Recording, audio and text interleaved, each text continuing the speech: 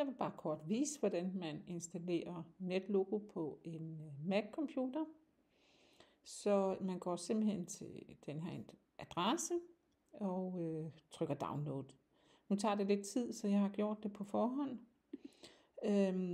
Og den installationsfil skal man jo så åbne.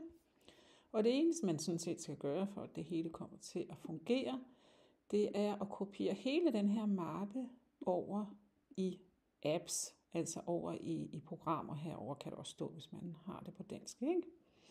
Så det kan godt tage lidt tid at kopiere, for der er en del filer.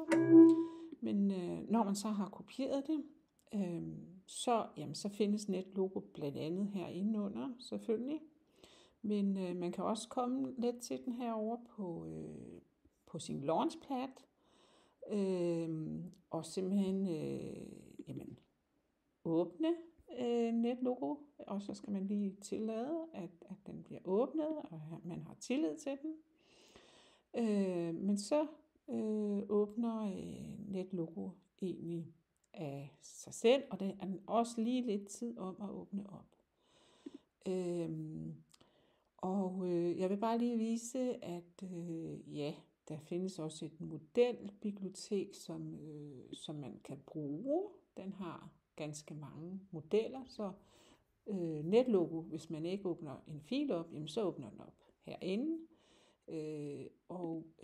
Ser sådan her ud, og så kan man altså faktisk gå herind i modelbiblioteket, og der er mange sådan modeller, man kan benytte sig af. Man kan se her, der er mange forskellige ting og sager. Vi kan prøve bare at åbne en af dem her, og se, hvad der så er i det program. Og normalt som i NetLogo, så er det sådan med setup og go, og her kan vi se, det er noget med, at de svinger et reb op og ned. Og man kan åbenbart stille ind på, hvor meget friktion der er, hvor meget frekvensen er, og så videre. Og det, der er lidt fedt her, det er jo så, at man jo også kan, hvis man har gjort det på den her måde med at flytte mappen over til apps eller programmer, jamen så kan man også, altså nu har jeg en gammel NetLogo-fil, jeg selv har lavet herinde liggende, og den åbner så også automatisk op inde i NetLogo. Så kan man køre den. Så derfor er det vigtigt, at man lige får flyttet den der mappe over, og har den herovre. Og man kan også godt få åbnet flere programmer herinde, hvis man vil det.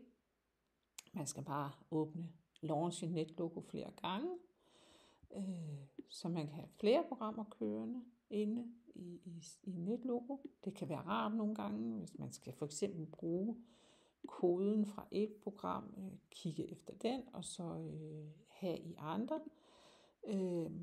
Så der kan man simpelthen launche her med launcheren, og så kan man se, så får vi 2 NetLogo, så at sige, vinduer, så man kan gå for eksempel fra det ene program til det andet, uden at skal lukke ned og gemme hele tiden. Så nu kan jeg for eksempel finde en anden fil herinde i modelbiblioteket, som jeg åbner op, og så kan man så switche fra det ene program til det andet, hvis der er, det synes jeg faktisk tit, jeg har behov for netop at kunne ligesom kigge på det ene programs kode måske, og det andet programs kode, for ligesom at have lettere ved at huske, hvad er det nu, man skal skrive for at gøre et eller andet.